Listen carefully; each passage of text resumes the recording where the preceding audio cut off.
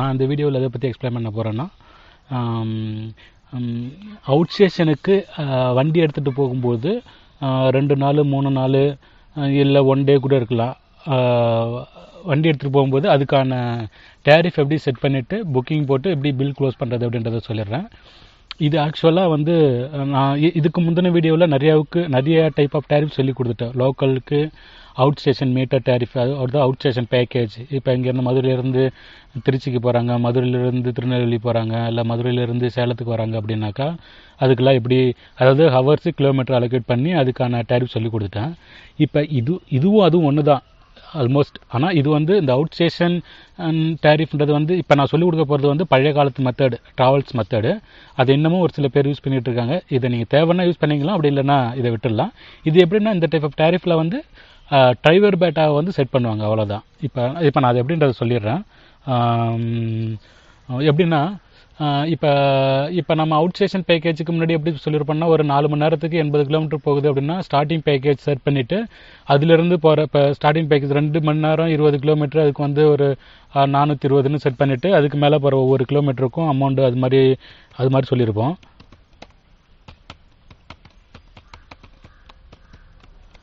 ஆனால் இதில் எப்படி அப்படின்னாக்கா, சரி, ஜஸ்ட் டிரைவர் பேட்டா 1 டேவுக்கு 300 ரூபா, ஓடுற கிலோமீட்டருக்கு அமௌண்ட், அது மாதிரி தான். அது எப்படி செட் பண்ணலான்றது சொல்லிடுறேன். மாஸ்டர் வாங்க, மாஸ்டரில் அவுட் ஸ்டேஷன் டேரிஃப்னு இருக்கும். இங்கே அவுட் ஸ்டேஷன் பேக்கேஜ் கிரியேட் பண்ணிவிட்டு outstation meter tariff, kilometer tariff அப்படின்ற மாதிரி சொல்லுவாங்க. இதுவும் இந்த லோக்கல் ஸ்டேஷன் டேரிஃப் தான் இப்போ ட்ரெண்டிங்கில் இருக்கிறது, எல்லா கால் டாக்ஸி யூஸ் பண்ணிகிட்டு இருக்கிறது.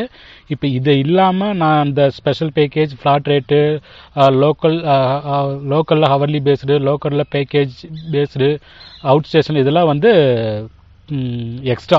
இது நீங்கள் தேவைன்னா யூஸ் பண்ணிங்க, அப்படி இல்லைன்னா விட்டுருங்க. அதுக்கு மாஸ்டர் போயிட்டு outstation meter tariff open பண்ணிங்க. இதில் ஏற்கனவே இந்த டைப் ஆஃப் டேரிஃபில் எப்படி செட் பண்ணுறதுன்றதை எக்ஸ்பிளைன் பண்ணி ஒரு வீடியோ போட்டிருப்பேன், அதை பாருங்கள். அப்படி இல்லாட்டி பண்ணால் கூட இதை பாருங்கள். புக்கிங் போயிட்டு இப்போ நான் நிசான் சன்னி ஏசிக்கு இப்போ மினிமம் இந்த டைப் ஆஃப் டேரிஃபில் எப்படி என்ன சில பேர் செட் பண்ணுவாங்கன்னா, நீங்கள் என்கிட்ட வண்டி எடுத்தாலே ஒரு 250 கிலோமீட்டருக்கு பில் போட்டுருவான். அது நீங்கள் 100 கிலோமீட்டர் ஓட்டினாலும் 250 கிலோமீட்டருக்கான அமௌண்ட் கொடுத்துடணும். 250 கிலோமீட்டருக்கு மேலே போணுச்சுன்னா 250 கிலோமீட்டருக்கான அமௌண்ட்டு ப்ளஸ் அடிஷ்னலாக போகிற ஒவ்வொரு கிலோமீட்டருக்கான அமௌண்ட் அப்படின்ற மாதிரிலாம் செட் பண்ணுவாங்க. ஸோ நீங்கள் அது மாதிரி மினிமம் கிலோமீட்டர் ஏதாவது செட் பண்ணி நீங்கள் பிஸ்னஸ் பண்ணுறீங்க அப்படின்னாக்கா அதை என்ட்ரு பண்ணிங்க. அப்படி இல்லைன்னா மினிமம் கிலோமீட்டர் 1 அப்படின்ற மாதிரி செட் பண்ணிங்க. அதே போல் ஹால்ட் ரெண்ட், அதாவது 1 டே ஸ்டே பண்ணாக்கா அதுக்கான அமௌண்ட் உண்டா அப்படின்ற மாதிரி ஏதாவது இருந்துச்சுன்னா நீங்கள் போட்டுங்க. ஒரு 500 ரூபா இல்லை 600 ரூபா அப்படின்ற மாதிரி, இல்லைன்னா 0 அப்படின்ற மாதிரி செட் பண்ணிங்க. ரெண்ட்டு பெர் கிலோமீட்டர் எவ்வளவு, ஒரு கிலோமீட்டருக்கும் செடான் டைப்பில் ஏசிக்கு 13 ரூபா அப்படின்ற மாதிரி, டிரைவர் பேட்டா 300 ரூபா அப்படின்ற மாதிரி. இது சிம்பிள், அவ்வளோதான் டேரிஃப் செட் பண்ணுறது. இதுக்கு எப்படி புக்கிங் போட்டு வண்டி அசைன் பண்ணி பில் க்ளோசிங் எப்படின்றத நான் காட்டுறேன். ஜஸ்ட் இதை யூஸ்வல் தான். எப்பொழுதுமே புக்கிங் போடுறது, வண்டி அசைன் பண்ணுறது, ஓப்பனிங் கொடுக்கறது எல்லாமே ஒன்று தான். ஜஸ்ட்டு ரெண்டல் ஸ்டேஷன் செலக்ட் பண்ணுறப்ப மட்டும் ஒரு சில இந்த இதில் மட்டும் ஒரு சில சேஞ்சஸ் இருக்குது. நான் அதை சொல்லிடுறேன், பாருங்கள். 99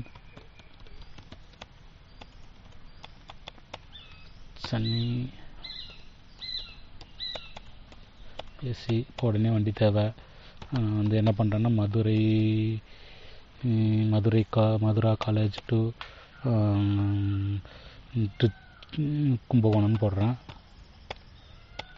இப்போ இங்கே போயிட்டு என்ன பண்ணணுன்னாக்கா, ஜென்ரலாக யூஸ் பண்ணுறது லோக்கல் அவுட் ஸ்டேஷன் மீட்ரு. இதெல்லாம் எக்ஸ்ட்ராவாக சொல்லியிருக்கேன். இப்போ எல்லாமே எக்ஸ்பிளைமெண்ட்டு இந்த அவுட் ஸ்டேஷன்றதை மட்டும் சொல்லி தரணும். நான் இப்போ அந்த இதை செலக்ட் பண்ணிட்டேன். மற்றபடி இதில் போயிட்டு ரிமார்க்கில் என்ன தேவையோ நீங்கள் அதை போட்டுங்க. அப்படி இல்லைன்னா பிளாங்காக வர்றதுனாலும் விட்டுங்க. ஏற்கனவே புக்கிங் இருக்கிறதுனால அது மாதிரி சொல்லுது. ஓகே, இப்போ நான் என்ன பண்ணுறேன்னா அசைனிங் பேஜ் போகிறேன். அதை பாருங்கள், Madura college to Kumbakonam booking போட்டோடனே எஸ்எம்எஸ் வந்துருச்சு. நான் இப்போ டிரைவர் அசைன் பண்ணுறேன்.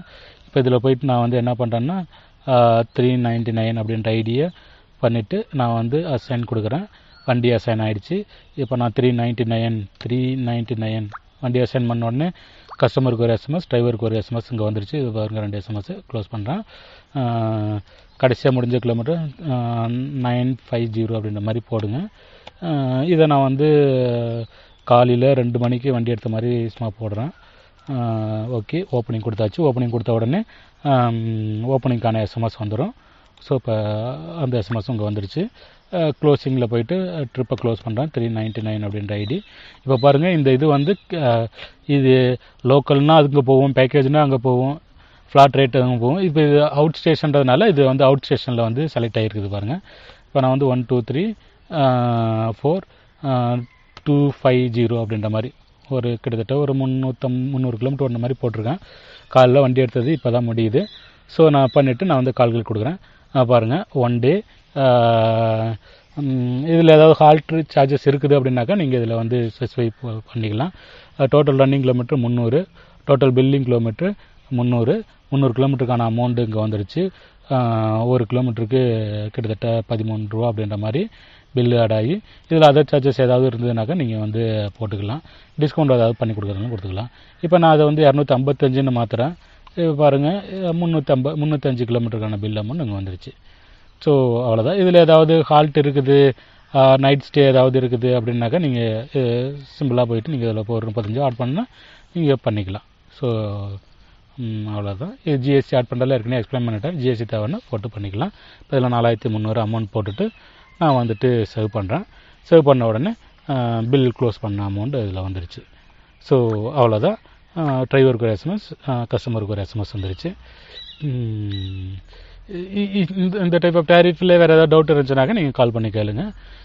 மற்றபடி இதில் உள்ளது எல்லாமே சொல்லிட்டேன். புக்கிங் போடுறது எப்படி, வண்டி அசைன் பண்ணுறது எப்படி, எல்லாமே சொல்லிட்டேன். நான் இப்போ லாக் அவுட் பண்ணுறேன். இப்போ 399 அப்படின்ற ஐடியை நான் வந்து லாக் அவுட் பண்ணுறேன். லாக் அவுட் பண்ணும்பொழுது பாருங்கள், லாக் அவுட் பண்ண உடனே டிரைவருக்கான எஸ்எம்எஸ் இங்கே வந்துடுச்சு. பாருங்கள், இப்போ இன்றைக்கி நிறைய புக்கிங் போட்டு நிறைய புக்கிங் போட்டு பண்ணதுனால இன்றைக்கி 9000க்கு ஓடி இருக்காரு அப்படின்ற மாதிரி. எத்தனை மணிக்கு லாகின் பண்ணார், எத்தனை மணிக்கு க்ளோஸ் பண்ணார், எத்தனை மணி நேரம். ஸோ இது எப்பயோ லாகின் பண்ணது. ஸோ இப்போ தான் இது மாதிரிலாம் இருக்கக்கூடாது. அது கரெக்டாக 30ஆம் தேதி போட்டு 30ஆம் தேதியே லாகின் பண்ணியிருந்துருக்கணும். ஒவ்வொரு நாளுமே கரெக்டாக 12 மணிக்கு அப்புறம் போயிடுச்சுனாக்கா ஒரு தடவை லாக் அவுட் பண்ணிவிட்டு 23 ஹவர்ஸ் ஓட்டினாலும் லாக் அவுட் பண்ணிவிட்டு மறுபடியும் லாகின் பண்ணிடணும். ஸோ அவ்வளோதான்.